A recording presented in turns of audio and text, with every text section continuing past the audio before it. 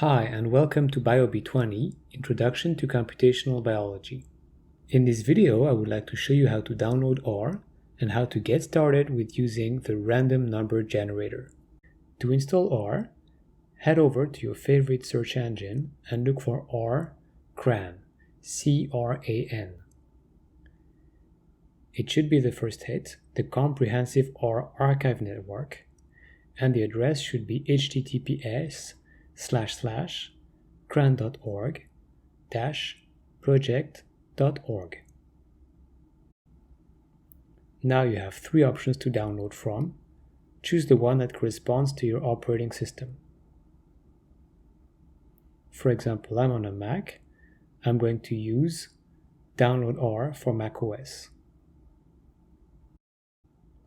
Then you should see the top link. And at the time I'm recording this video, this is R421. For you, it may be a later version.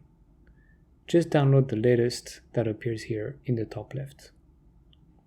Click on the link, and you follow the instructions for your operating system.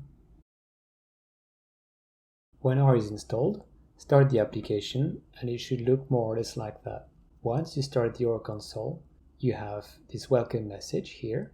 That will depend on the version that you have installed, and you have the sign at the bottom that is called the prompt. It invites you to type something at the command line. R is a programming language which is primarily about doing mathematical operations like 1 + 1 or 2 × 3. As expected, we get the results 2 and 6.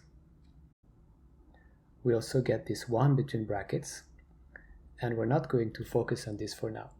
We're just going to ignore it.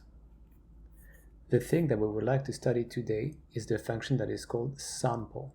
We are going to use this as a thread to get us through this demonstration.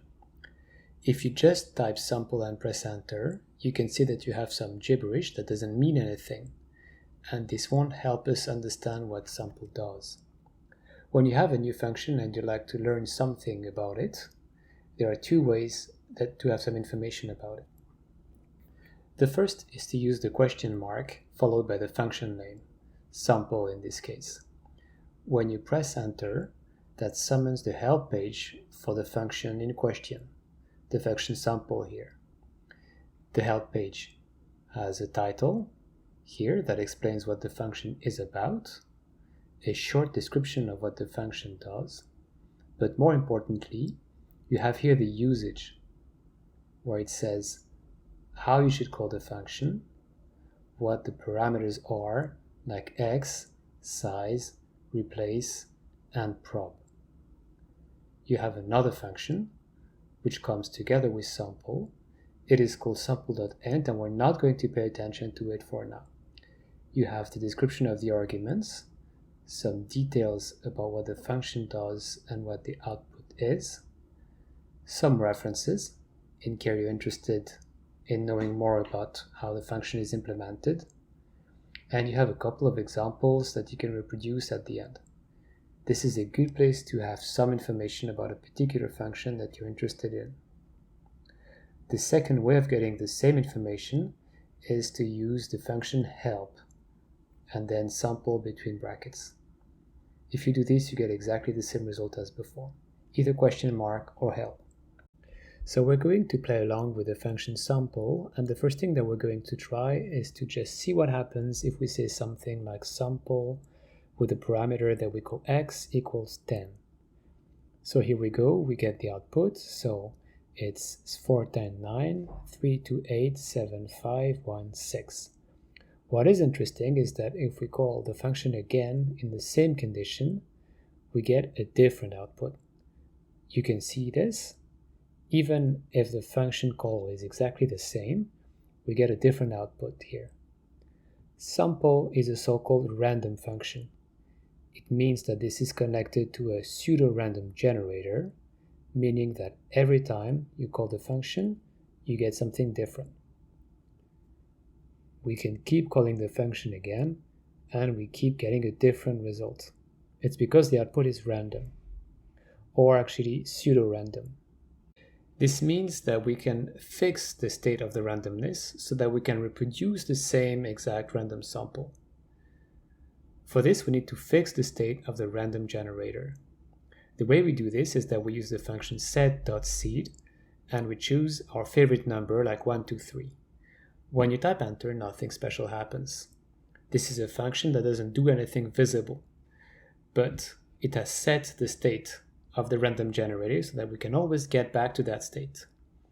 You can see that once you have set the state of the generator to 1, 2, 3, for instance, when you call the function sample, you get, of course, a different output. But if we reset the state of the random generator back to 1, 2, 3, then calling sample gives us exactly the same output. This trick here of using the function set.seed to fix the state of the random generator will allow us to share exactly the same randomness between participants. This also allows you to get a reproducible random sample that other researchers can work on. So it's going to be easier for them to understand what happens in your random sample. It's important to understand that the numbers are still random. This is still an unbiased representation of the sample. It's just that it's a fixed unbiased representation. When we continue using sample, importantly, you can see that we still get new values afterwards. They're not always stuck forever to the same value. At the moment when equals set seed, that has reset the random generator to the state 1, 2, 3, and after this goes on.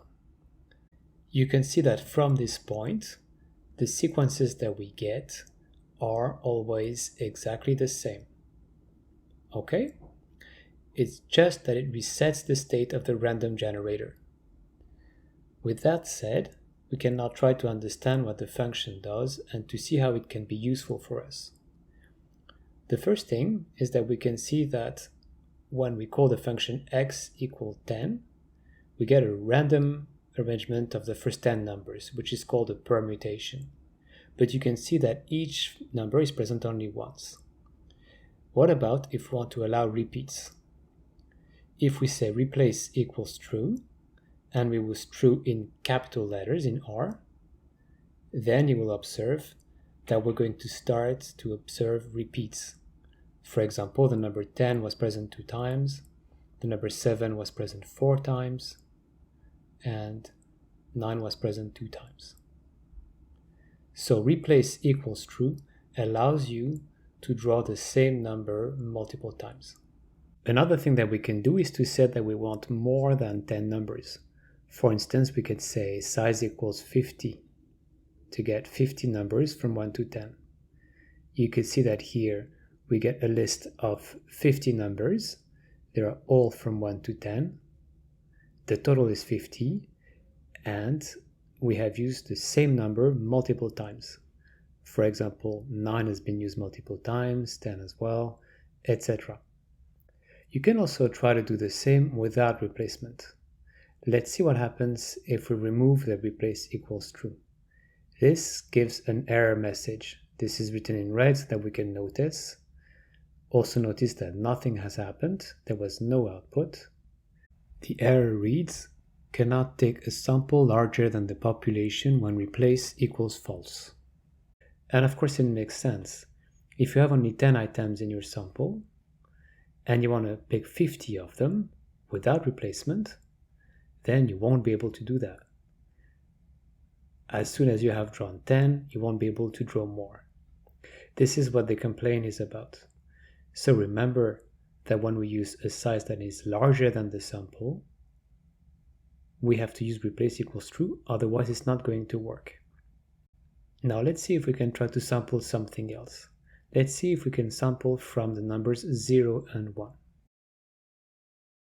We immediately see that if we say x equals 2, we get the numbers 1 and 2.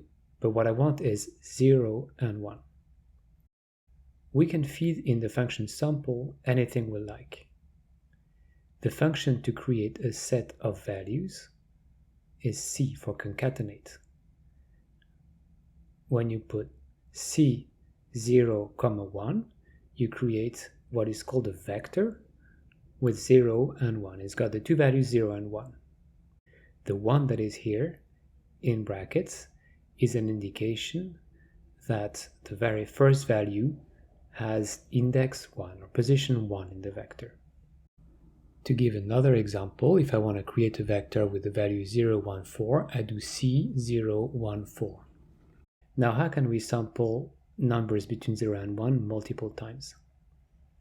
We say sample x equals C0, 1, and we're going to say that we want them 10 times, so size equals 10, and of course now we need to say replace equals true.